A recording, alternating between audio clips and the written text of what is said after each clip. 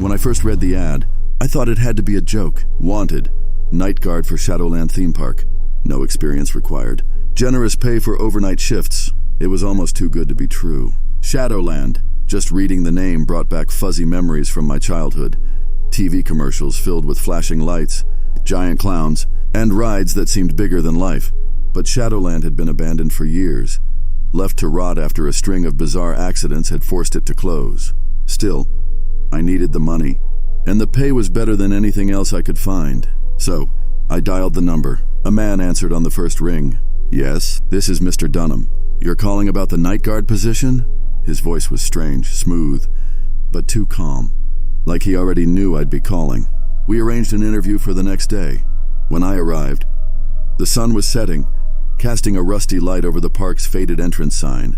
The place felt like it was waiting for me, sitting in shadows, surrounded by tall, dying trees that stretched out as far as I could see. Even standing outside, I felt a pull, like the park itself was breathing me in.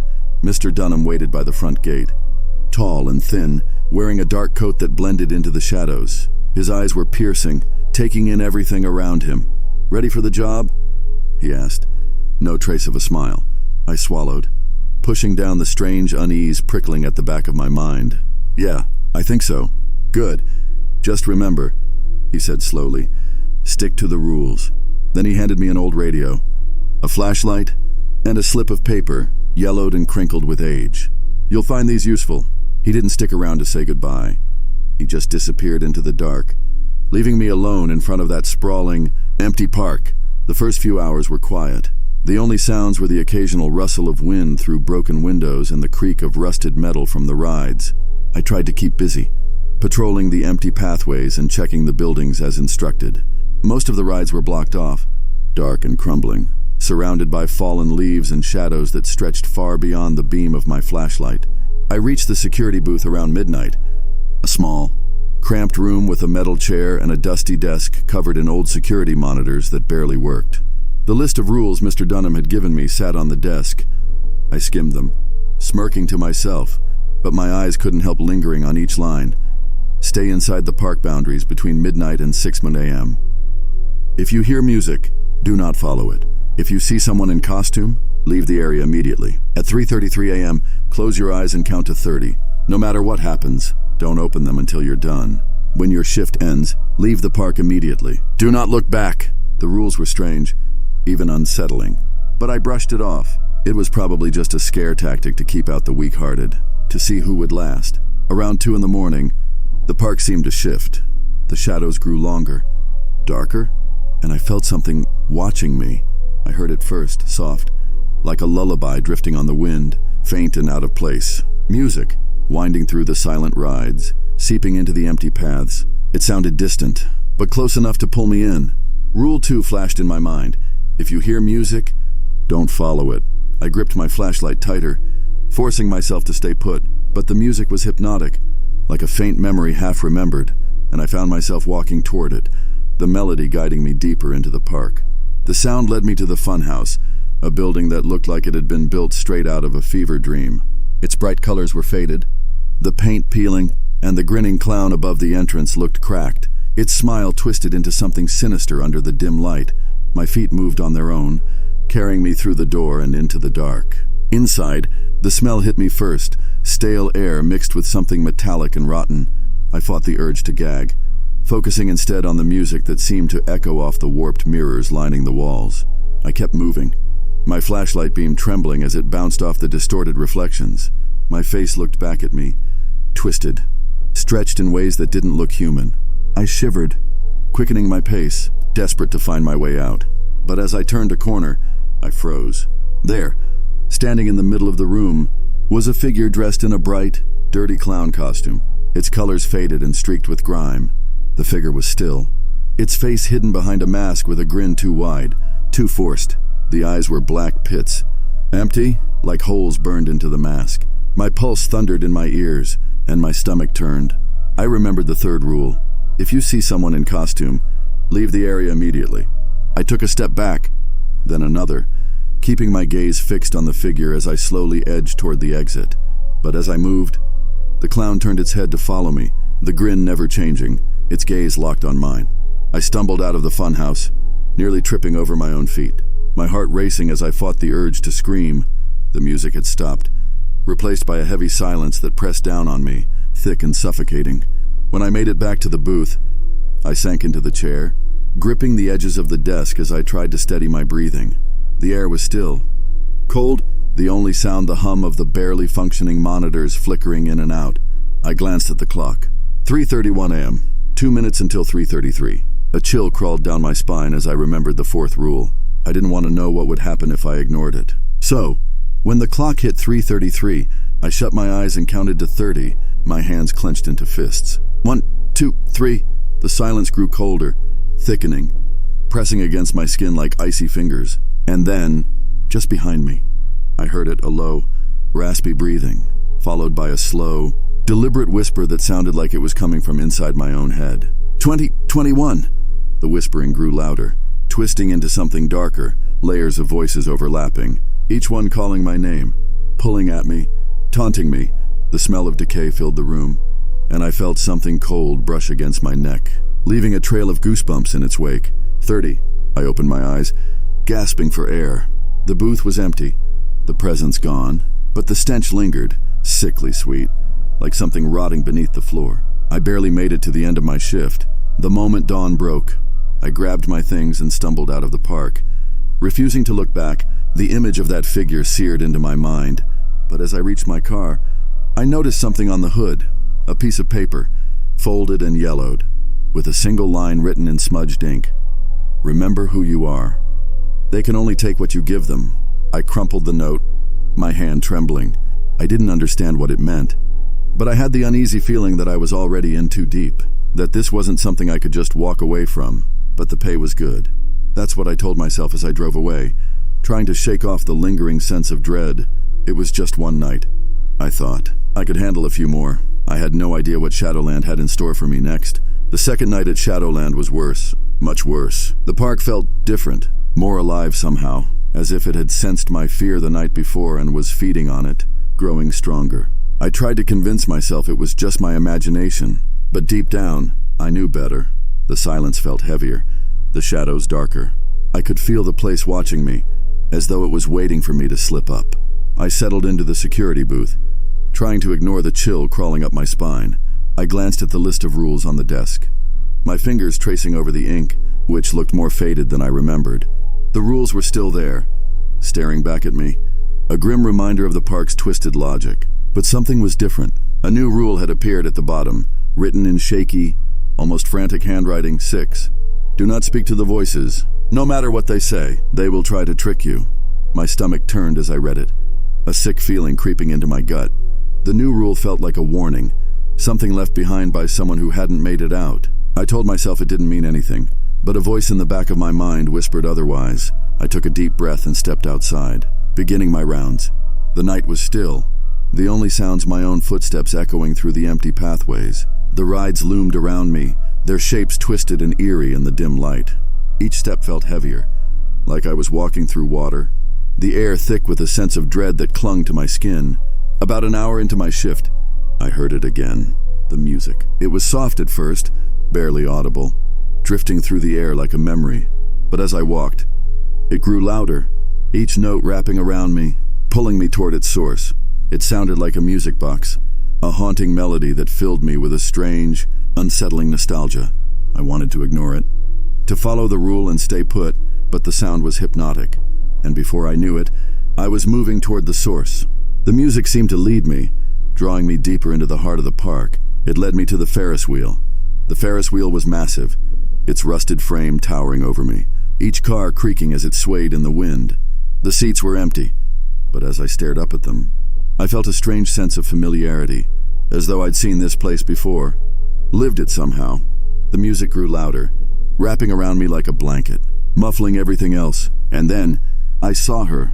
At the base of the Ferris wheel, half hidden in the shadows, stood a woman. She was facing away from me, her long hair falling over her shoulders, her white dress glowing faintly in the dark. She didn't move, didn't seem to notice me, but something about her felt familiar, like a face from a dream I couldn't remember. I took a step forward, my voice barely a whisper. "Hello?"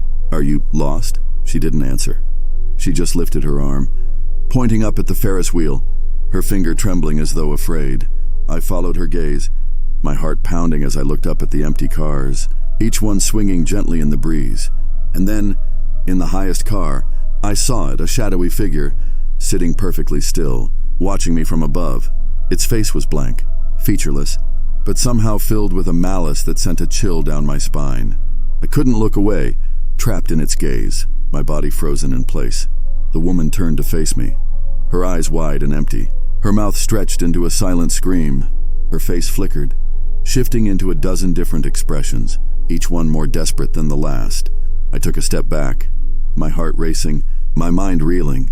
"You have to remember," she whispered, her voice soft, pleading. "They can only take what you give them."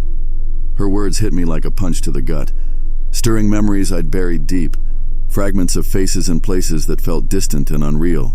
I reached out, desperate to touch her, to remember, but the moment my fingers brushed her arm, she vanished, dissolving into thin air.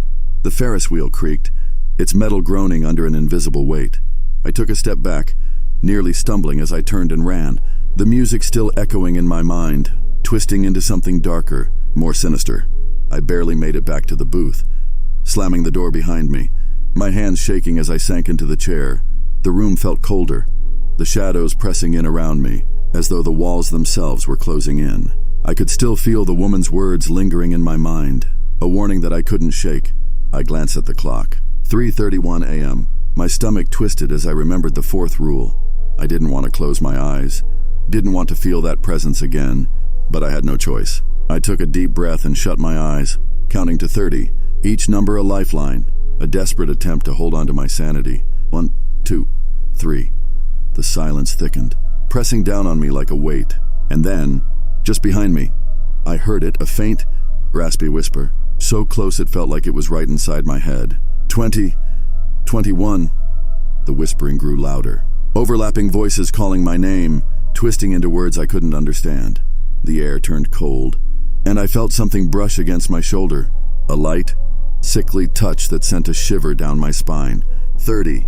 I opened my eyes, gasping for air. The booth was empty, but the smell of decay lingered, filling the room with its sickly sweet stench. I could barely breathe, my heart racing as I fought the urge to vomit. But as I looked around, I noticed something on the wall, scrawled in smudged, faded ink. "They are you, and soon you will be them." My pulse quickened, fear clawing at the edges of my mind. I didn't know what it meant, but I had the sinking feeling that I was running out of time. The park was changing, growing more sinister, and I didn't know if I'd survive another night. But I needed the money. I told myself I could handle it, that it was just my imagination. But deep down, I knew I was lying. I was trapped in Shadowland, and it wasn't going to let me go. On the third night, I felt the pull of Shadowland before I even stepped through the gate. The air had changed, felt thicker somehow, pressing against me as if the entire place was drawing me in. Shadows seemed to stretch and twist, reaching out like hands ready to pull me deeper into the heart of the park. I tried to convince myself it was just my imagination, but I knew it wasn't. The park had sensed me, and it wanted more. I forced myself through the motions, patrolling the same broken pathways, trying to ignore the feeling that I was being watched. But as I reached the security booth, something caught my eye. The list of rules had changed again. A new line had appeared, scrawled in messy, desperate handwriting. 7. If you hear your own voice, ignore it. Don't answer. A chill shot through me as I read the line over and over, my mind racing. I felt sick. The thought of hearing my own voice echoing through this place felt like some terrible warning, a final red flag that maybe it was time to leave. But I'd come this far, and I needed the money. I told myself that I could handle it, that it was just another scare tactic meant to make me lose my nerve. But I was wrong. Around 2 in the morning, the park grew eerily quiet. My footsteps seemed to echo louder, each step bouncing back at me, as though the park itself were mocking me. I was walking near the carousel, its painted horses frozen mid-gallop, when I heard it, a voice calling out from somewhere in the shadows. "Hello?" It was soft, muffled, almost like it was coming from far away. I stopped, my pulse quickening, but then the voice came again, louder this time. "Hello? Is anyone there?" It sounded exactly like me. I remembered the new rule. If you hear your own voice, Ignore it. But every instinct in my body screamed at me to follow it, to find the source. The voice sounded so familiar, so real, like a part of me had gotten lost somewhere out in the dark, calling for help. "Please," it said, trembling with a quiet desperation. "I don't want to be alone." My throat tightened. It was like the voice had reached inside me, pulling at something raw and vulnerable, a need I didn't even realize I had. I took a step forward, then stopped, my mind racing. I knew I shouldn't go. But the voice sounded like it was in pain, pleading, calling out for something I couldn't name. And then it whispered my name. My heart pounded as I took a step back, forcing myself to ignore it. The voice grew more desperate, each word cutting into me, pulling at some deep, hidden fear I couldn't ignore. I clenched my fists, fighting the urge to answer, to follow it, to let it lead me wherever it wanted. Finally, I ran back to the booth, slamming the door shut behind me, my breath coming in sharp, panicked gasps, but the voice didn't stop. It followed me, growing louder, as if it were right outside, pressing against the walls, whispering through the cracks. "Please," it whispered. "Don't leave me here." "I need you." I pressed my hands over my ears, but the voice seeped through, slipping into my mind like poison. It was relentless, an echo that I couldn't escape, each word sinking deeper, twisting in my thoughts, filling me with a dread that gnawed at my sanity. Finally, the voice faded, leaving only silence. The hours dragged by, the quiet punctuated by my own ragged breathing. I kept my eyes on the clock, waiting for 3:33 a.m. to come, dread building as the minute hand inched closer. I didn't want to close my eyes, didn't want to hear the voices again, but I had no choice. The fourth rule was clear. At 3:33 a.m., close your eyes and count to 30. I shut my eyes, my hands shaking, and began to count, each second stretching out longer than the last. 1, 2, 3. The air grew cold, the silence thickening, wrapping around me. And then I felt it, a presence, pressing close, filling the space with an overwhelming sense of malice. I heard it breathing, low and raspy, as though it were right next to me, its breath hot against my skin. 20, 21. The whispering began, soft at first, then louder, voices layered over one another, each one calling my name, twisting into dark, taunting laughter that grated against my ears. I felt something cold brush against my shoulder, a touch that lingered, sending a shiver down my spine. 30. I opened my eyes, gasping, the booth empty but the stench lingering, thick and nauseating, filling the room with the sickly sweet smell of decay. I fought the urge to vomit, the smell so intense it felt like it was clinging to me, seeping into my skin. But then, I noticed something. Written on the wall, in the same smeared ink as the rules, was a single line: "They can only take what you give them." The words sent a chill through me, a sense of dread settling over me as I tried to understand what they meant. My mind felt hazy, my thoughts slipping away, fragments of memories I couldn't quite hold on to, faces blurred in my mind, names and places dissolving like mist, leaving only a hollow ache, a sense of loss that I couldn't explain. The park was empty as I left that morning, but I couldn't shake the feeling that something was following me, lingering just out of sight. My mind felt foggy, fractured, like pieces of myself were slipping away, leaving only emptiness behind. As I reached the gate, I heard a faint voice whispering my name, drifting through the air like an echo, fading as I crossed the threshold. I looked back, and for a moment, I saw a figure standing in the shadows, watching me. Its face was blank, empty, like a mask waiting to be filled. But somehow, I knew it was me, a part of me, left behind in the dark, waiting to take my place.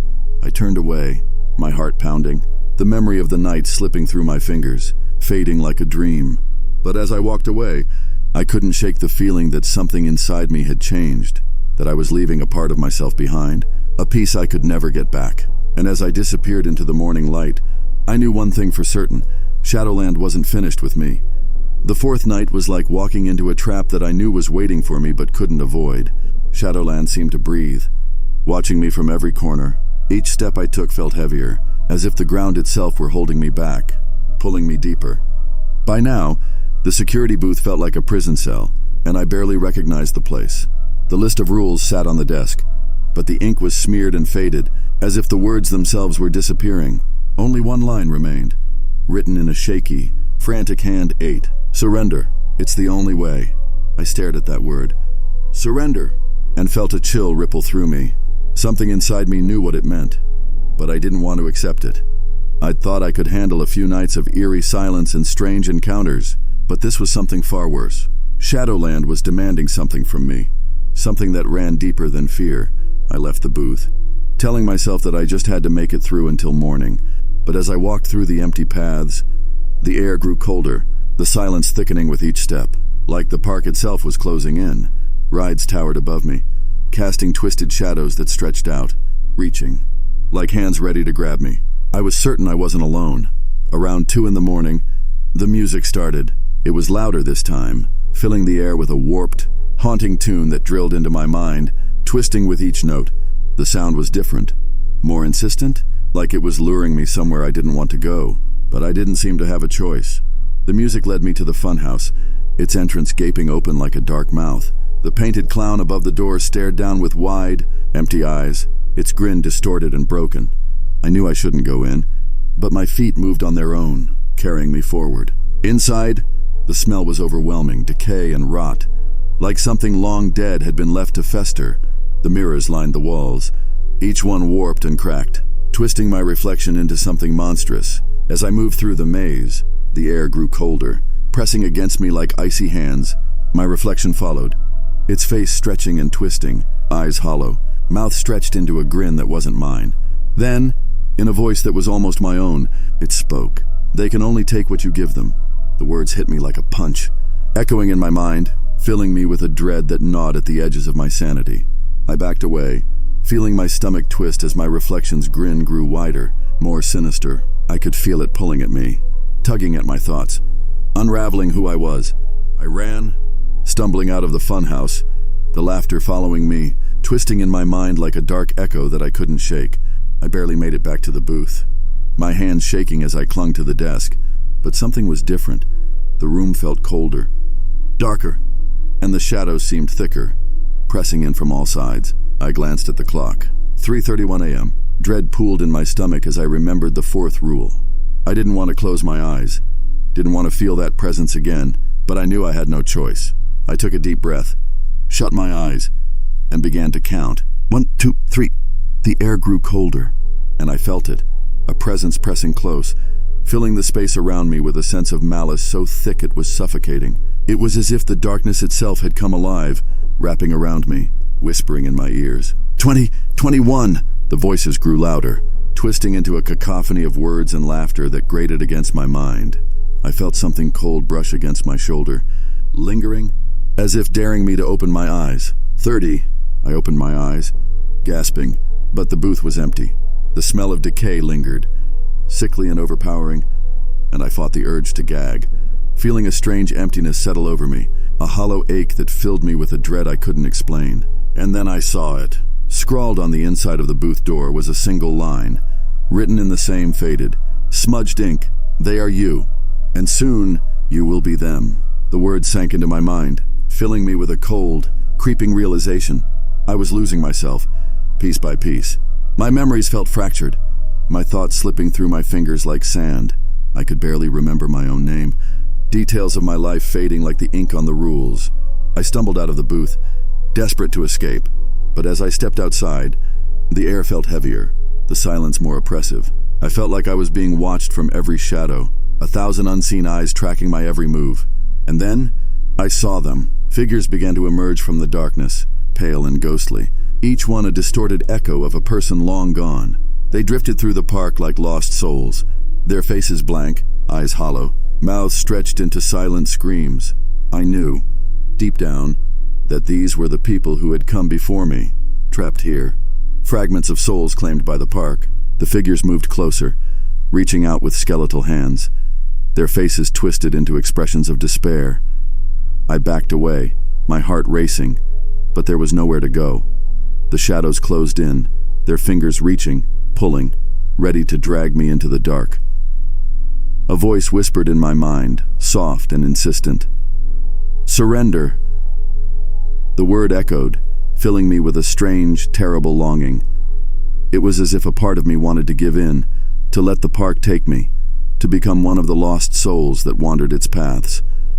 But a flicker of defiance burned inside me, a sliver of something I couldn't let go of, a memory of a life that felt distant, but real. I turned and ran, stumbling through the park, my footsteps pounding against the concrete, each step feeling heavier, like the park itself was dragging me back. The figures followed, their whispers filling the air, their voices blending into a haunting chant that echoed through the night. Finally, I reached the entrance, a dim light spilling through the gate, cutting through the darkness.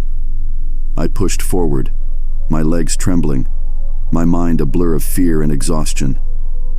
The moment I crossed the threshold, I felt the weight lift, the presence retreating, leaving me gasping for air.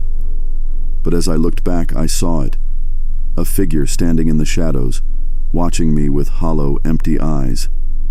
Its face was blank, expressionless, but I knew it was me, a part of me that I'd left behind, a fragment of my soul that Shadowland had claimed. I turned away, feeling a strange emptiness settle over me, a hollow ache that filled me with a sense of loss I couldn't explain. Shadowland had taken something from me, something I could never get back. But I was free. I was alive. And for now, that was enough. As I walked away, the memory of that final night slipped from my mind, fading like a dream. But as I disappeared into the dawn, a whisper echoed in the back of my mind, a promise that lingered, chilling me to the bone. Shadowland would always be there, waiting, a place where memories and souls went to die. And someday, it would call me back.